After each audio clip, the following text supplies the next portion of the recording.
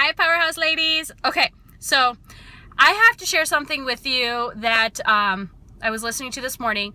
Every morning when I do my makeup and do my hair or eat breakfast or whatever, I always take time to do a personal development little audio. And today the one that I did really kind of hit home. It was about how to play the game. And I know that sounds kind of deceiving of how to play the game, but what it essentially was is it was talking about how to be successful in any business, to be successful in any job even, you need to learn how to play the game. So I'm going to use the example that he used in the little recording or audio or whatever you want to call it. He made the comment that or use the story that he actually used to be a mechanic.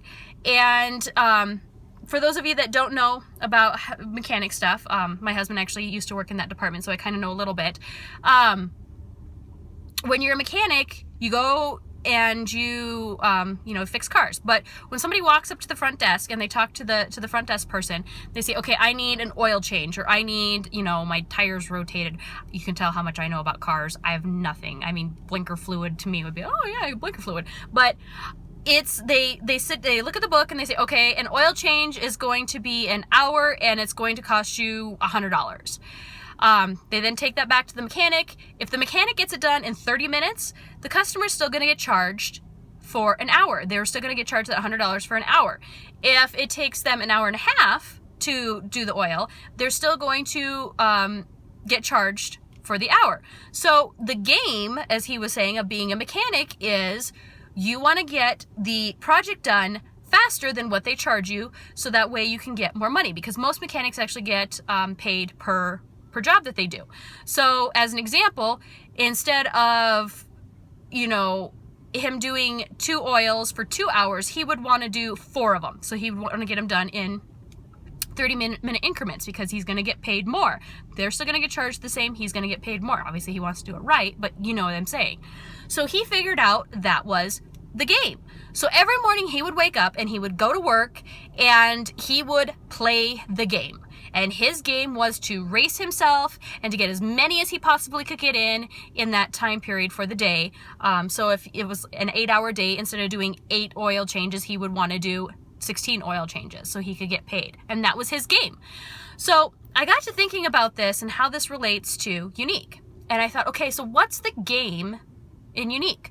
What makes this the game? Which it's not, it is a business, it's not a game, but what is the challenge that we should be challenging ourselves every day? And what it comes down to is numbers. Believe it or not, it's numbers. Getting ourselves in front of people as much as we can. It's a numbers game.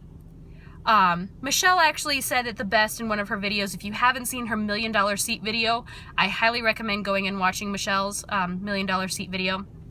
But the long and short of it is the more people that you have in front of you, the more people you're going to sell to, the more people you're going to sponsor, the more people you're going to talk to, everything. It's a numbers game. So what is the number that you want to do for a month? Do you want to sponsor 5 people?